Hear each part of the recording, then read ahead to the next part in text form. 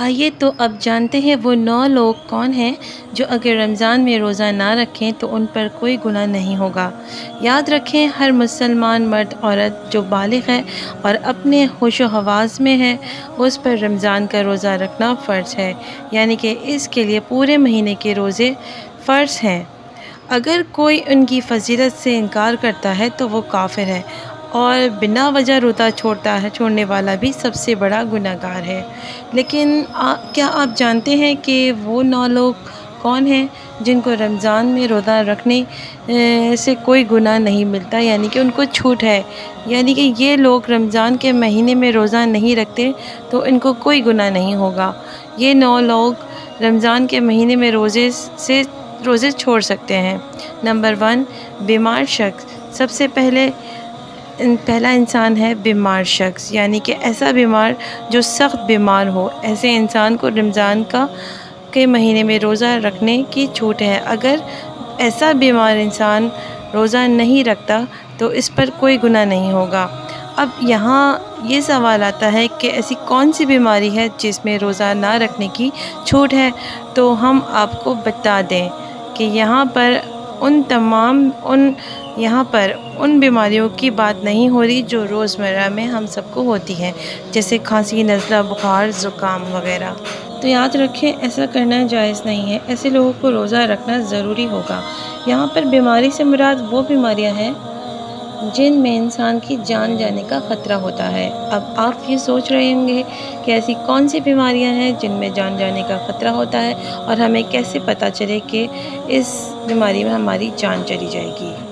तो ऐसी बीमारी जिसमें कोई माहिर डॉक्टर आपसे कह दे कि अगर आप भूखे रहे या प्यासे रहे तो आपकी जान जाने का ख़तरा है, तो ऐसी सूरत में आप रोज़ा छोड़ सकते हैं। लेकिन जब आपकी तबीयत ठीक हो जाए तब आपने क़ज़ा रोज़े रखने ज़रूरी हैं। दूसरी बीमारी है हामला औरत। जो औरत हामला हो, यानी कि इसके रोज़ा रखने से इसके बच्चे को कोई नुकसान या ख़तरा हो सकता है, तो वो रोज़ा छोड़ सकती है और जब उनकी तबीयत ठीक हो जाए उसके बाद वो रोज़ा रख सकती हैं। और अगर ऐसी औरत जिसमें डॉक्टर ये कह दे कि आपके हामला होने के बावजूद भी आपके अंदर कमज़ोरी नहीं है, अगर आप रोज़ा रख सकती हैं तो आप डॉक्टर से पूछ के रोज़ा रख सकती हैं। और फिर अगर नहीं रखती तो बाद में आपको क़ज़ा रोज़े रखने हैं, ठीक है। और आपको इसका फ़िदिया भी ज़रूर देना है। फ़िदिया क्या होता है? फ़िदिया 2 टाइम का खाना खिलाना होता है। एक रोज़ा छोड़ेंगे तो आप 2 टाइम का किसी गरीब को खाना खिलाएंगे। तीसरे नंबर पे आता है ज़्यादा बुढ़ापा होना। तीसरा शख्स वो है जो अपनी उम्र के आखिरी पड़ाव पे पहुंच चुका है और यानी कि इतना ज़्यादा बूढ़ा हो गया है कि अपनी जगह से ना उठ सकता है ना बैठ सकता है। इतना ज़्यादा बूढ़ा हो गया कि वो 2 वक्त का खाना ना खाए तो उसकी जान पर बन आती है और उसके अंदर बिल्कुल ताकत नहीं होगी। तो ऐसे शख्स पे रोज़ा रखना माफ़ है, उसका कोई गुनाह नहीं है, लेकिन उसको भी इसका फ़िदिया ज़रूर अदा करना होगा। चौथे नंबर पे आती हैं दूध पिलाने वाली माएँ। अगर कोई डॉक्टर ये कह दे कि अगर आपने अपने बच्चे को दूध पिलाया तो उससे आपकी जान को नुकसान हो सकता है, तो ऐसी औरत पे भी रोज़ा रखना माफ़ है, लेकिन बाद में वो क़ज़ा रोज़े रख सकती हैं। 5वें नंबर पे आता है पागल या दीवाना शख्स। जो पागल हो गया है, जिसका दिमागी तवाज़ुन ख़राब हो गया है, जो अपने आपे में नहीं रहता, जो अपने होश में नहीं रहता, बदहवास रहता है और वो कुछ ना खाए पिए तो वो बेहोश हो जाता है, तो ऐसे शख्स पे भी रोज़ा रखना माफ़ है। उसको कोई गुनाह नहीं है इस महीने में, लेकिन अगर वो ठीक हो जाए, उसकी तबीयत ठीक हो जाए तो वो अपने क़ज़ा रोज़े ज़रूर रखे। छठे नंबर पे है कि हैज़ या नफास वाली औरतें।